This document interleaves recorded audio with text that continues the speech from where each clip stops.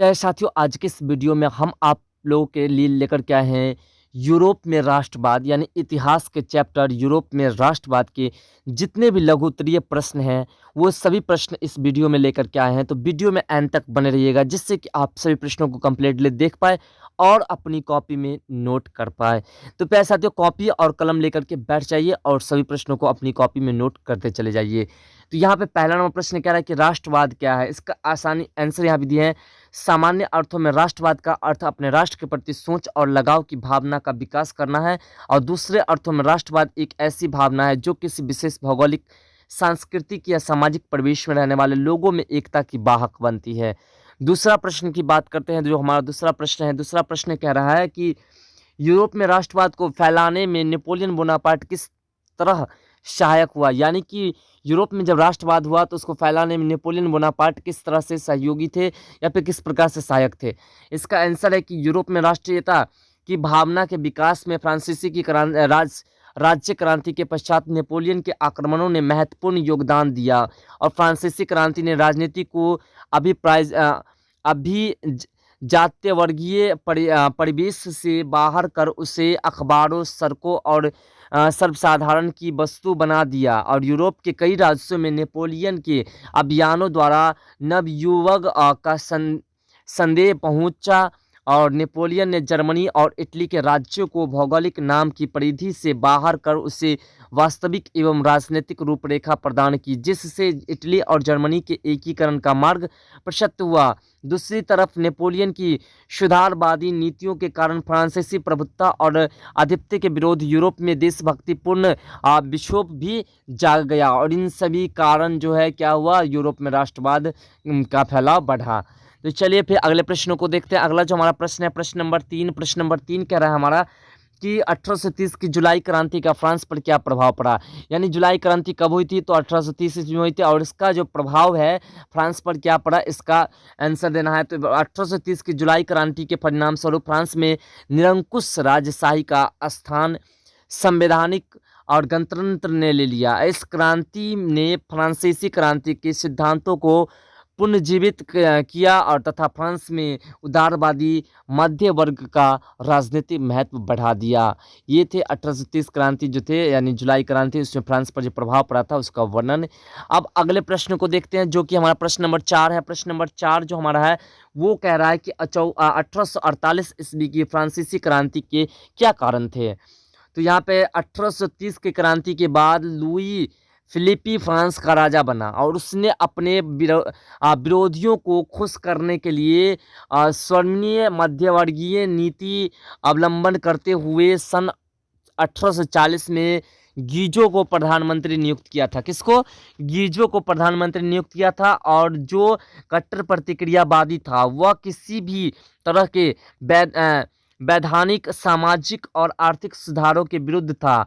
फिलिपी के पास कोई सुधारात्मक कार्यक्रम नहीं था और न ही उसे विदेश नीति में कोई सफलता हासिल हो रही थी। उसके शासनकाल में देश में भूखमरी एवं बेरोजगारी व्याप्त हो गई, और सुधारवादियों ने 22 फरवरी 1848 ईस्वी को पेरिस में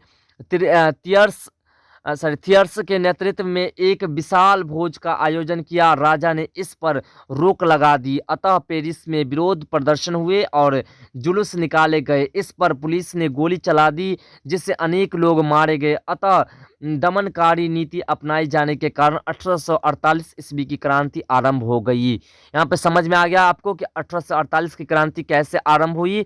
तो आप इन सभी बातों को नोट करते चलिए और मज़े से अपनी एग्ज़ाम की तैयारी करते चलिए। तो यहाँ पे पहले प्रश्न को पढ़ लेते हैं। प्रश्न कह रहा है कि 1830 ईस्वी और 1848 ईस्वी की क्रांति की सामान्य विशेषताएं क्या थी। तो इसका आंसर हम लोग नीचे देखते हैं।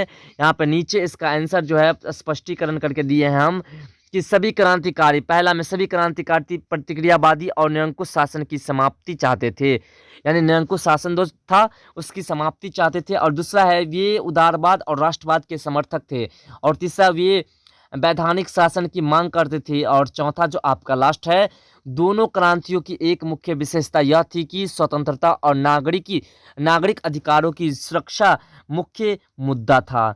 तो ये थे 1830 और 48 की क्रांति का उद्देश्य। अब अगले प्रश्न को देखते हैं। अगला जो हमारा प्रश्न है 16 नंबर की, बिस्मार्क के कार्य की चर्चा करें। बिस्मार्क ने कौन कौन से कार्य किए, इसकी चर्चा करनी है। तो चलिए, जर्मनी के एकीकरण में बिस्मार्क की महत्वपूर्ण भूमिका थी। वह विख्यात राष्ट्रवादी और कूटनीतिज्ञ थे। फ्रैंकफर्ट संसद में उसने भाग लिया था और वे रूस और फ्रांस में राजदूत भी रहे थे, मतलब राजा भी रहे थे। और 1862 में वह प्रसा का चांसलर बना और सर्वप्रथम बिस्मार्क ने प्रसा की आर्थिक और सैनिक शक्ति सुदृढ़ की। और तत्पश्चात उसने डेनमार्क में 1864 ईस्वी, ऑस्ट्रिया में 1866 सेडोवा का युद्ध और तथा फ्रांस का युद्ध जो 1870 ईस्वी सिरान का युद्ध को पराजित कर जर्मनी का एकीकरण किया था। इतने युद्ध उन्होंने लड़े थे और इसमें सबको परास्त करके जो है जर्मनी का एकीकरण किया था।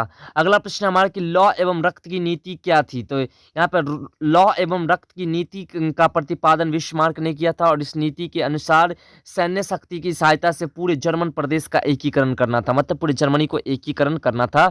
ये थी लौ एवं रक्त की नीति। तो चलिए फिर अगले प्रश्नों को देखते हैं। और रक्त और लौ की नीति का अवलंबन किसने किया था, बिस्मार्क ने किया था। ये भी याद रहे, आपको ऑब्जेक्टिव प्रश्न पूछते हैं। अगला है कि मेटरनिक कौन था, यूरोपीय इतिहास में वह क्यों विख्यात है, मतलब यूरोप के इतिहास में वह इतना प्रसिद्ध क्यों है। तो इसका आंसर हम लोग पढ़ेंगे कि मेटरनिक ऑस्ट्रिया का चांसलर था। वह घोर प्रतिक्रियावादी क्रांतिक संदेशों का कट्टर विरोधी एवं पुरातन व्यवस्था बनाए रखने का समर्थक था। उसने जिस प्रकार की व्यवस्था यूरोप में स्थापित की उसे मेटरनिक व्यवस्था कहा जाता है और अपनी इसी व्यवस्था के कारण वह यूरोपीय इतिहास में विख्यात है, मतलब प्रसिद्ध है। यानी किसके कारण, अपनी इतिहास के कारण, यानी मेटरनिक व्यवस्था के कारण वह पूरे यूरोप में प्रसिद्ध है। अगला प्रश्न आपका कि मेटरनिक युग क्या है। तो यहाँ पे हम लोग आंसर देखेंगे कि मेटरनिक ऑस्ट्रिया का चांसलर था। वियना कांग्रेस सम्मेलन के द्वारा यूरोप में नेपोलियन युग का अंत हुआ और मेटरनिक युग की शुरुआत हुई। मेटरनिक घोर प्रतिक्रियावादी था तथा राष्ट्रवाद एवं गणतंत्र की विरोधी था। 1848 ईस्वी की क्रांति के द्वारा मेटरनिक युग की समाप्ति हो गई। मेटरनिक का युग जो है वह समाप्त हो गया, खत्म हो गया। चलिए फिर अगले प्रश्नों को देखते हैं। अगला जो हमारा 10वां प्रश्न क्या है कि जर्मन राज्य संघ की महासंघ की स्थापना किसने की थी। तो जर्मन राय महासंघ की स्थापना नेपोलियन ने की थी। अगला प्रश्न हमारा कि जर्मनी का राजनीतिक एकीकरण के पहले आर्थिक एकीकरण कैसे हुआ। इसका आंसर है कि 1815 से 48 के मध्य जर्मनी में औद्योगिकरण की पृष्ठभूमि तैयार की हो गई और कोयला और खनिज उद्योग का विकास हुआ और रेल लाइनों का प्रसार हुआ। और 1834 में प्रशा की पहल पर जो है वो जालबराइन शुल्क संघ की स्थापना हुई। इस प्रकार जर्मनी का राजनीतिक एकीकरण के पहले आर्थिक एकीकरण हुआ था, मतलब कि जर्मनी की राजनीति के एकीकरण से पहले वहाँ के आर्थिक एकीकरण को सुधारा गया, वहाँ पर आर्थिक एकीकरण किया गया था। चलिए फिर अगले प्रश्नों को देखते हैं। अगला जो हमारा प्रश्न है 12 नंबर प्रश्न कह रहा है कि जर्मनी के एकीकरण की बाधाएं क्या थी, मतलब जर्मनी के एकीकरण में बाधाएं क्या क्या थी। तो यहाँ पे इसका आंसर है कि जर्मनी के एकीकरण में निम्नलिखित प्रमुख बाधाएं थी। पहला, वह लगभग 300 छोटे राज्य में बटे हुए थे, छोटे बड़े राज्य में। और दूसरा जो है इन राज्यों में व्याप्त राजनीतिक, सामाजिक तथा धार्मिक विषमताएं थी, मतलब राजनीति के नाम पर कोई बटे हुए थे, कोई सामाजिक नाम पर बटे हुए थे और कोई धार्मिक नाम पर बटे हुए थे। और तीसरा है राष्ट्रवाद की भावना का अभाव था, उस समय राष्ट्रवाद की भावना बहुत कम लोगों में थी। और चौथा है ऑस्ट्रिया का हस्तक्षेप भी था, मतलब ऑस्ट्रिया जो है जर्मनी के एकीकरण में बाधाएं डाल रही थी। और पांचवा जो है मेटरनिक की प्रतिक्रियावादी नीति थी। तो इस सभी के कारण क्या होता है, जर्मनी के एकीकरण में बाधाएं पड़ती थी, जर्मनी का एकीकरण नहीं हो पाता था। अगला जो हमारा प्रश्न है प्रश्न नंबर 13 कह रहा है कि इटली के एकीकरण में काउंट काबूर जो थे की भूमिका का उल्लेख करे और अथवा काबूर का संक्षिप्त परिचय दे। तो इसका आंसर है कि काउंट काबूर जो थे को इटली के एकीकरण का राजनीतिज्ञ कहा जाता है। और 1850 में वह सार्डिनिया का राजा विक्टर इमैनुअल का मंत्री एवं 1852 ईस्वी में प्रधानमंत्री बना। उसने सैनिक और आर्थिक सुधारों द्वारा सार्डिनिया की स्थिति सुदृढ़ की और पेरिस शांति सम्मेलन में उसने इटली के एकीकरण का प्रश्न उठाया। और 1859 ईस्वी में ऑस्ट्रिया को पराजित कर काबूर ने लोम्बार्डी पर अधिकार कर लिया। यही थे इटली के एकीकरण में काबूर की भूमिका और उसका जो संक्षिप्त परिचय था, यही था। चलिए अगले प्रश्न को देखते हैं। अगला जो हमारा प्रश्न है वो कह रहा है कि गैरीबाल्डी कौन था। गैरीबाल्डी कौन था, इटली के एकीकरण में उसकी क्या भूमिका थी, अथवा गैरीबाल्डी के कार्यों की चर्चा करें, गैरीबाल्डी ने कौन कौन से कार्य किए। यह 3 तरह से प्रश्न बनते हैं। इसका आंसर है कि इटली के एकीकरण का द्वितीय चरण गैरीबाल्डी की तलवार ने पूरा किया था। वह युद्ध की नीति में विश्वास करता था और उसने सहस्त्रों युवकों की एक टुकड़ी बनाई जो लाल कुर्ती कहलाए। क्या कहलाए? लाल कुर्ती कहलाए। और इसकी सहायता से उसने सिसिली पर अधिकार कर वहाँ गणतंत्र की स्थापना की। वह पोप के राज्य पर भी आक्रमण करना चाहता था, परंतु काबुल ने इसकी अनुमति नहीं दी। यानी लाल कुर्ती वाले उस पर भी आक्रमण करना चाहता था, लेकिन काउंट काबुल विक्टर एमेनुएल थे, उन्होंने इस पे अनुमति नहीं दी गैरीबाल्डी को। अगला है कि चार्टिस्ट आंदोलन किसे कहा या किस देश में हुआ था? तो चार्टिस्ट आंदोलन जो है इंग्लैंड में हुआ था। कहाँ हुआ था? इंग्लैंड में। तो चलिए अगले प्रश्न को देखते हैं। अगला जो हमारा प्रश्न है प्रश्न नंबर 16। प्रश्न नंबर 16 हमारा कह रहा है कि अंसर्ट रेनन ने राष्ट्रवाद को किस रूप में परिभाषित किया है? तो फ्रांसीसी दार्शनिक अंसर्ट रेनन ने 19वीं शताब्दी में राष्ट्रवाद की व्याख्या की। रेनन ने राष्ट्रवाद की एक नई और व्यापक परिभाषा दी, जिसके अनुसार राष्ट्र एक बड़ी और व्यापक एकता है। उन्होंने परिभाषा के माध्यम से समझाया था। उसके बाद यहाँ पे 17 वियना कांग्रेस सम्मेलन में फ्रांस में किस राजवंश की पुनर्स्थापना की गई थी? तो इसका आंसर है कि वियना कांग्रेस 1815 द्वारा फ्रांस में बूढ़े राजवंश की पुनर्स्थापना की गई थी। ठीक है, स्पष्ट हो रहा है। और यहाँ पे 18वां प्रश्न है कि हंगरी के राष्ट्रीय आंदोलन में कोशुत के योगदान का वर्णन करें। मतलब हंगरी के राष्ट्रीय आंदोलन जो हुआ था उसमें कोशुत का क्या योगदान था, उसका वर्णन करने के लिए कह रहे हैं। इसका आंसर है कि हंगरी में राष्ट्रीय आंदोलन का नेतृत्व कोशुत तथा फ्रांसीसी डिक ने किया था। कोशुत और लोकतांत्रिक विचारों का समर्थक था। उसने वर्गहीन समाज, जिसका वर्ग बहुत कम था, जिसे क्लासेस सोसाइटी कहते हैं, कि विचारों से जनता को परिचित कराया, जिस पर प्रतिबंध लगा दिया गया। और कोशुत ऑस्ट्रियाई अधीनता का विरोध कर यहाँ की व्यवस्था में बदलाव की मांग करने लगा। ठीक है, तो चलिए फिर अगले प्रश्नों को देखते हैं। अगला जो हमारा प्रश्न है प्रश्न नंबर 19। प्रश्न नंबर 19 हमारा कह रहा है कि फ्रांसीसी क्रांतियों ने सामूहिक पहचान का भाव बढ़ाने के लिए क्या किया? इसका आंसर है कि फ्रांसीसी क्रांति अभाव होने के साथ ही क्रांतिकारियों ने राष्ट्रीय और सामूहिक पहचान की भावना जगाने वाले कार्य किए, और पितृभूमि और नागरिक जैसे शब्दों द्वारा फ्रांसीसी में एक सामूहिक भावना और पहचान बढ़ाने का प्रयास किया। और नए संविधान में सभी नागरिकों को समान अधिकार देकर के समानता की स्थापना पर बल दिया गया। और राजवंशीय झंडा के स्थान पर राष्ट्रीय ध्वज के रूप में एक नया फ्रांसीसी झंडा अपनाया गया, जिसका नाम था तिरंगा। और क्षेत्रीय भाषा के स्थान पर फ्रेंच भाषा को प्रोत्साहित किया गया। ये तो फ्रांसीसी क्रांतिकारियों ने सामूहिक पहचान की भावना जो जगाई थी वह यही था वर्णन, कि वहाँ पे राजाओं का शासन समाप्त करके, राजाओं द्वारा अपनाए गए झंडों को समाप्त करके वहाँ तिरंगा झंडा अपनाया गया था और भाषा फ्रेंच भाषा अपनाई गई थी। तो चलिए फिर अगले प्रश्न को देखते हैं। अगला जो हमारा प्रश्न है प्रश्न नंबर 20 कह रहा है कि वियना कांग्रेस की क्या उपलब्धियां हैं? इसका आंसर है कि वियना सम्मेलन की मुख्य उपलब्धियां थी नेपोलियन द्वारा पराजित राजवंशों की पुनर्स्थापना का प्रयास किया गया, और फ्रांस और स्पेन में बूढ़े राजवंश को फिर स्थापित किया गया, और फ्रांस में लुईस 18वां को राजगद्दी सौंप दी गई, और इटली में ऑस्ट्रियाई राज्य परिवार को सत्ता सौंपी गई, और नेपोलियन द्वारा स्थापित 39 राज्यों के जर्मन राज महासंघ को भंग नहीं किया गया। और इसी प्रकार वियना व्यवस्था द्वारा यूरोप में राजनीति परिवर्तन कर पुरानी सत्ता को बदल दिया गया। तो ये थे वियना कांग्रेस की उपलब्धियां। तो चलिए फिर अगले प्रश्नों को देखते हैं। अगला जो हमारा प्रश्न है प्रश्न नंबर 21, वो कह रहा है कि इटली जर्मनी के एकीकरण में ऑस्ट्रिया की क्या भूमिका थी? मतलब इटली और जर्मनी के एकीकरण में ऑस्ट्रिया जो वह क्या किया था? तो इसका आंसर है कि इटली के एकीकरण के दौरान ही जर्मनी में भी समान प्रक्रियाएं चल रही थी। इटली के एकीकरण के मार्ग में ऑस्ट्रिया बाधक बना हुआ था। मतलब इटली के एकीकरण में ऑस्ट्रिया जो है हस्तक्षेप कर रहे थे, वह उसका एकीकरण नहीं करने देना चाहता था।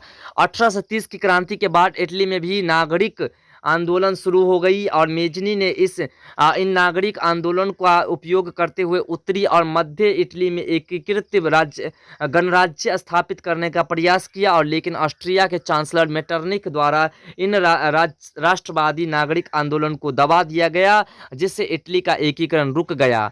ठीक है, और जर्मनी में राष्ट्रवादी भावना को कुचलने में ऑस्ट्रिया ने मेटरनिक द्वारा दमनकारी कानून कासवाद के आदेश को जारी किया। अतः दोनों देशों के एकीकरण में ऑस्ट्रिया बाधक बन गया। ऑस्ट्रिया जो है इटली और जर्मनी दोनों के एकीकरण में बाधक बन गया था। चलिए तो फिर अगले प्रश्नों को देखते हैं। अगला हमारा प्रश्न है कि जर्मनी के एकीकरण के लिए बिस्मार्क ने कौन सी नीति अपनाई थी। तो चलिए इसकी नीति को देखते हैं। यहाँ पे नीति दी गई है कि प्रुस्सिया का राजा विलियम प्रथम ने प्रख्यात राष्ट्रवादी और कूटनीतिज्ञ बिस्मार्क को अपना प्रधानमंत्री चांसलर नियुक्त किया था। जर्मनी के एकीकरण के लिए बिस्मार्क ने रक्त और तलवार की नीति अपनाई थी, जिसे रक्त और लौह की नीति कहते हैं। सबसे पहले बिस्मार्क ने आर्थिक सुधारों के द्वारा प्रुस्सिया की स्थिति मजबूत की, इससे सैनिक शक्ति सुदृढ़ हुई। प्रुस्सिया के एकीकरण के लिए उसने डेनमार्क, ऑस्ट्रिया तथा प्रुस्सिया के साथ युद्ध किया। इसके परिणाम स्वरूप ही यूरोप के नक्शे पर एकीकृत जर्मन राष्ट्र का उदय हुआ। ठीक है, चलिए फिर अगले प्रश्नों को देख लेते हैं। अगला जो हमारा प्रश्न है वो कह रहा है कि विलियम प्रथम के बगैर जर्मनी का एकीकरण बिस्मार्क के लिए असंभव था, कैसे।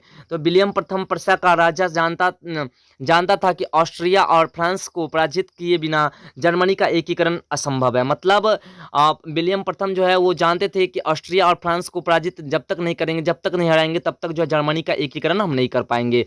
इसलिए 1862 में विलियम प्रथम ने जर्मनी के एकीकरण के उद्देश्यों को ध्यान में रख करके महान कूटनीतिज्ञ बिस्मार्क को अपना चांसलर नियुक्त किया। बिस्मार्क का मानना था कि जर्मनी की समस्या का समाधान प्रुस्सिया के नेतृत्व में रक्त और तलवार की नीति से होगा। अतः अगर विलियम प्रथम बिस्मार्क को चांसलर न बनाया होता तो बिस्मार्क के लिए जर्मनी का एकीकरण असंभव प्रतीत होता। मतलब जर्मनी का एकीकरण वह नहीं कर पाते। तो चलिए फिर अगले प्रश्नों को देखते हैं। अगला जो हमारा प्रश्न है प्रश्न नंबर 24, उसको भी देखते हैं। 24वां प्रश्न कह रहा है हमारा कि यूनानी स्वतंत्रता संग्राम के परिणामों का उल्लेख करें। तो यहाँ पे 1932 में यूनान को एक स्वतंत्र और प्रभुत्व राष्ट्र घोषित कर दिया गया था। और यद्यपि इस प्रक्रिया में गणतंत्र की स्थापना नहीं हो सकी थी, परंतु एक स्वतंत्र राष्ट्र के उदय ने मेटरनी की प्रतिक्रियावादी नीति को गहरी ठेस लगाई। प्रतिक्रियावादी के विरुद्ध राष्ट्रवाद की विजय हुई और यूनानियों के विजय से 1830 के क्रांतियों की प्रेरणा मिली और यूनानी स्वतंत्रता आंदोलन के परिणाम स्वरूप बाल्कन क्षेत्र में के अन्य ईसाई राज्यों में भी राष्ट्रवादी आंदोलन आरंभ करने की चाह बढ़ी। यानी कि जैसे यूनान की राष्ट्रीयता का परिणाम घोषित हुआ, तभी बाल्कन क्षेत्र में जो है ईसाइयों ने राष्ट्रवादी आंदोलन आरंभ कर दिया, शुरू कर दिया। तो चलिए फिर अगले प्रश्नों को देखते हैं। अगला जो हमारा प्रश्न है, जो कि लास्ट प्रश्न है, 25 नंबर प्रश्न है कि फ्रैंकफर्ट संसद की बैठक क्यों बुलाई गई और इसका क्या परिणाम था। इससे पहले प्यारे साथियों, ये क्वेश्चन समाप्त हो, आप चैनल को सब्सक्राइब करके और नोटिफिकेशन बेल को ऑन कर लीजिए और वीडियो को अपने दोस्तों में शेयर कर दीजिए। और अगला प्रश्न, इसका जो आंसर है कि फ्रैंकफर्ट संसद को बैठक बुलाने का मुख्य उद्देश्य जर्मन राष्ट्र के निर्माण को योजना बनाना था और इसके अनुसार जर्मन राष्ट्र का प्रधान एक राज्य को बनाना था जिसे संसद के नियंत्रण में काम करना था तथा जर्मनी का एकीकरण उसी नेतृत्व में होना था। लेकिन जब प्रुस्सिया के राजा फ्रेडरिक विलियम चतुर्थ ने यह प्रस्ताव को अस्वीकार कर दिया तो परिणाम स्वरूप असेंबली भंग हो गई तथा जर्मनी का एकीकरण पूरा नहीं हो सका। तो प्यारे साथियों, ये थे आपके राष्ट्रवाद चैप्टर से 25 मोस्ट इम्पोर्टेंट VVI लघु उत्तरीय प्रश्न। तो आशा करते हैं कि हमारे द्वारा बताई गई जानकारी आपको पसंद आया हो। अगर पसंद आए तो वीडियो को लाइक करें, कमेंट करें और चैनल पर नहीं तो चैनल को सब्सक्राइब करके ऑल नोटिफिकेशन बेल को ऑन कर ले, जिससे कि आपको नए नए वीडियो का नोटिफिकेशन मिलता रहे। साथ में वीडियो को अपने दोस्तों में शेयर करना ना भूले। तो प्यारे साथियों, फिर मिलते हैं अगले वीडियो में इस तरह के नए टॉपिक के साथ। तब तक के लिए बाय, जय हिंद, जय भारत।